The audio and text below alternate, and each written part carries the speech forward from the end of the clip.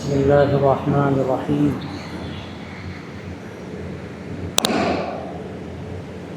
الحمد لله رب العالمين، والصلاة والسلام على سيد المرسلين وخاتم النبيين سيدنا ونبينا ومولانا محمد وعلى آله وصحبه أجمعين، وبعد. أعوذ بالله من الشيطان الرجيم. إنا أنزلنا إليك الذكر لتبين للناس ما نزل إليهم. صدق اللہ العظیم. حضرات علماء کرام اور معزز سامعین، یقیناً اللہ کا کلام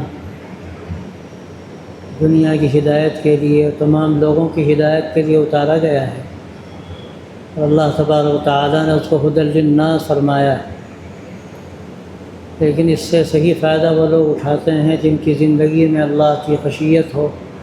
اللہ کا ڈر ہو، اس کا تقویٰ ہو. اس لیے ھدی للمتقین فرمایا گیا. اس سے صحیح استفادہ جبھی ہو سکتا ہے کہ جب وہ اللہ کے نبی صلی اللہ علیہ وسلم کی ہدایات کی روشنی میں.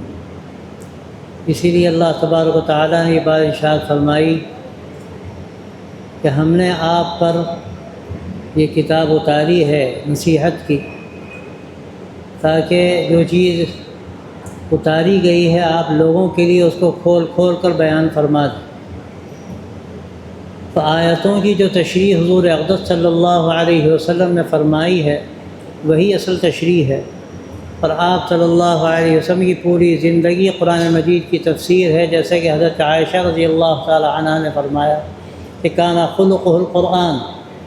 کہ اخلاق آپ صلی اللہ علیہ وسلم کے دیکھنے ہوں تو قرآن مجید کا مطالعہ کیا جائے. تو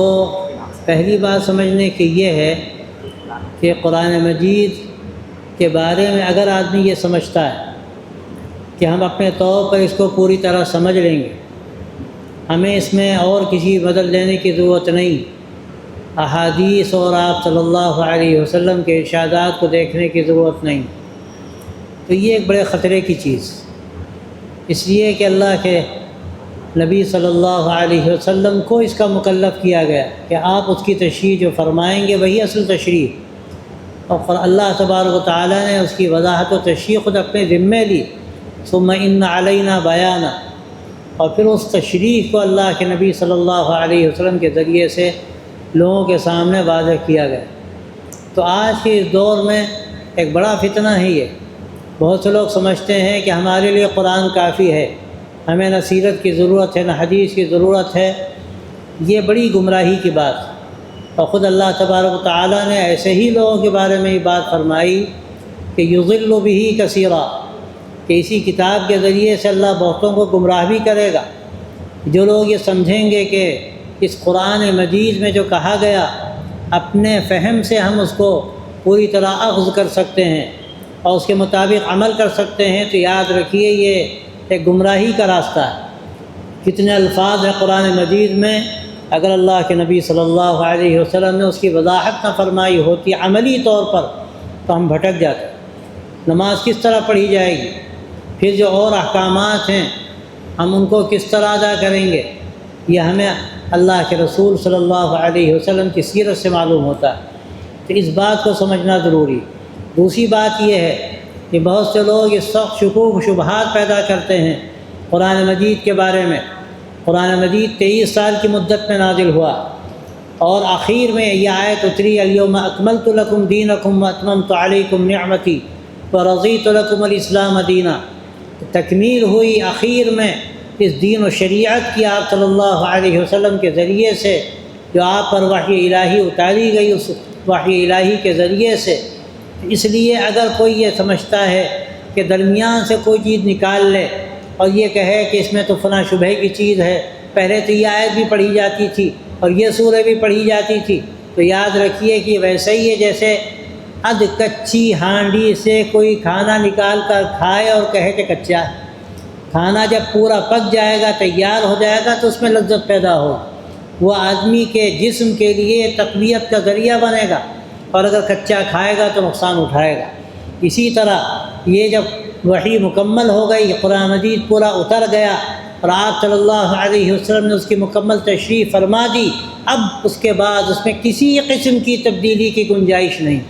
نہ قرآن مجید کی آیتوں میں اور نہ آپ صلی اللہ علیہ وسلم کی تشریح میں۔ جو اگر اپنی رائے سے تشریح کرے گا تو حدیث میں آتا ہے من قال فی القرآن برائیہ واصاب فقد اخطا۔ ابو داؤد کی روایت ہے کہ اگر قرآن مجید میں کوئی رائے زنی کرتا ہے، صحیح بات بھی کہتا ہے تو اس کا کام غلط، صحیح بات بھی کہتا ہے تو اس کا یہ کام غلط ہے کہ وہ قرآن مجید میں رائے زنی کرتا ہے۔ تو یاد رکھیے اللہ کے کلام سے ہمیں استفادہ کرنا ہے، یہ ہمارے لیے بنیادی حیثیت رکھنے والی چیز، ہمارے لیے ہدایت کی کتاب، لیکن اس کا فہم جبھی ممکن ہے جب سیرت طیبہ اور ارشادات نبوی کے روشنی میں ہم آگے بڑھیں گے تو انشاءاللہ ہمیں صحیح راستہ ملے گا۔ دوسری بات یہ ہے جو یہیں اسی آیت سے معلوم ہوتی ہے، اللہ تبارک و تعالی نے انبیاء علیہ السلام کو مختلف علاقوں میں بھیجا، مختلف زبانوں میں جو ان علاقوں کی زبانیں تھیں ان زبانوں کے ساتھ بھیجا، اور انسانی مزاج ہے،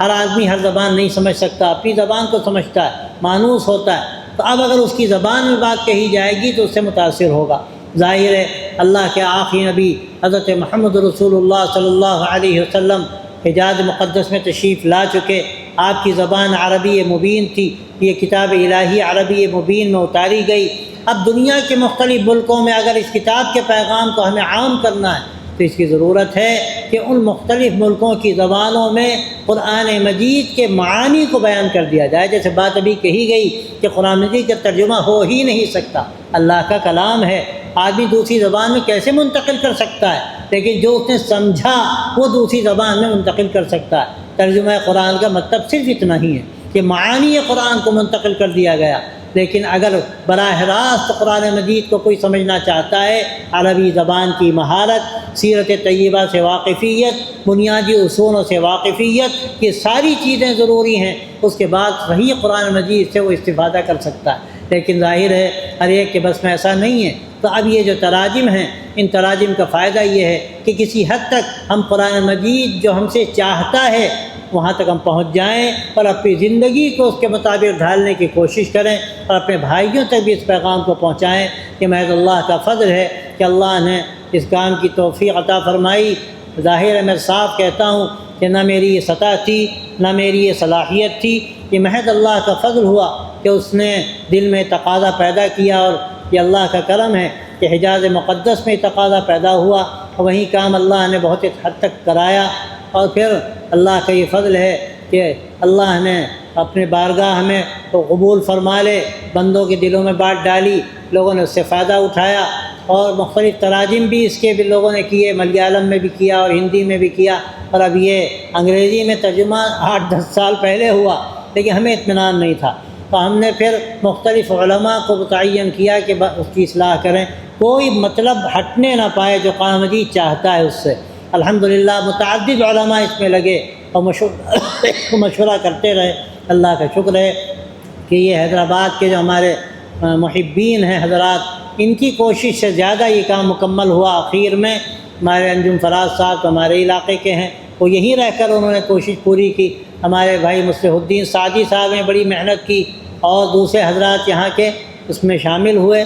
اور اس کے علاوہ بھی بعض علماء نے اس میں بڑی مدد کی۔ اللہ کا شکر ہے کہ بڑی حد تک یہ کام مکمل آپ حضرات کے سامنے ہے، لیکن ظاہر ہے کہ یہ جو معانی کا ترجمہ ہے ہو سکتا ہے غلط ہوں، اسی لیے ہم نے ان حضرات سے کہا کہ 1000 سے زیادہ بھی نہ چھاپیں، اور حضرات بھی دیکھیں، اور اگر غلطیاں ہوں تو آئندہ اس کی اصلاح ہو جائے، پھر اس کی ایک عام اس کو عمومی طور پر لوگوں تک منتقل کیا جائے۔ لیکن بہرحال بظاہر یہ لگتا ہے کہ انشاءاللہ یہ ترجمہ آپ کے سامنے قرآن مجید کے مفاہیم کا موجود ہے، وہ اسی لیے ہے کہ قرآن مجید سے ہمارا تعلق مضبوط ہو اور گھر گھر قرآن مجید کا پیغام پہنچے، یہی ہماری کامیاب زندگی کا راستہ ہے۔ میں ان تمام حضرات کا شکریہ ادا کرتا ہوں، اور مجھے شرم آتی ہے،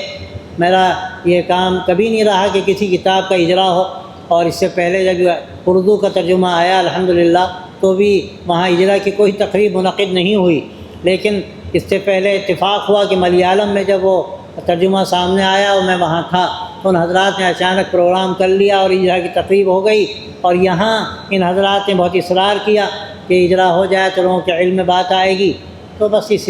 حیثیت سے اس حد تک یہ ٹھیک ہے، ورنہ اجرا تو کبھی کبھی لگتا ہے کہ جس کی کتاب ہے وہ یہ چاہتا ہے کہ اس کی شہرت ہو، تشہیر ہو، تو یہ تو اللہ کے حوالے ہے، اللہ جیسا چاہے گا وہ اللہ کرے گا، اور سارے راستے وہی کھولتا ہے۔ تو بہرحال ان حضرات کے اصلاح پر یہ تقریب بھی ہے، ان حضرات بزرگان دین کی موجودگی میں اللہ قبول فرما لے، اس کا کرم ہے، اس کی عنایت ہے، ورنہ ہم جیسوں کی تو واقعہ یہ ہے کہ کوئی بھی خدمت اس لائق نہیں کہ قبولیت کی بارگاہ تک پہنچے، لیکن وہ تو چاہتا ہے تو نالی کے کیڑوں کو بھی کہیں سے کہیں پہنچا دیتا ہے۔ تو ہم لوگوں کی حیثیت تو کچھ بھی نہیں، ہم اپنے بارے میں عرض کرتے ہیں، باقی اللہ کا فضل ہے، تو وہ جو چاہتا ہے کرتا ہے، قبولیت اسی کے ہاتھ میں ہے۔ بس اللہ تعالیٰ اپنی بارگاہ میں قبول فرما کر ہماری مغفرت کا ذریعہ بنا دے، اور قرآن مجید کے پیغام کے دنیا میں عام ہونے کا اور ہدایت کے عام ہونے کا اللہ تعالیٰ ذریعہ فرما دے، تو یہ اس کا فضل ہے، اس کا کرم اور اس کی عنایت ہے۔ ہم آپ تمام حضرات کے مشکور ہیں، اور اللہ سے دعا کرتے ہیں کہ اللہ تعالیٰ اس تقریب کو بھی خیر کا ذریعہ بنائے، اور ہر طرح کے شر سے ہم سب کی حفاظت فرمائے۔ اور جن حضرات نے اس کے لیے رات دن ایک کی واقعہ ہے، مجھے معلوم ہوا کہ 20 گھنٹے بعد مرتبہ ان لوگوں نے کام کیا، اللہ تعالیٰ کو بہتر سے بہتر صلہ عطا فرمائے۔ اور آپ حضرات کو، آپ دیر سے بیٹھے ہیں، کھانے کا وقت بھی تھا، اللہ تعالیٰ آپ کی اس قربانی کا بھی بدلہ دے اور جزائے خیر عطا فرمائے۔ وآخر دعوانا ان الحمد للہ رب العالمین۔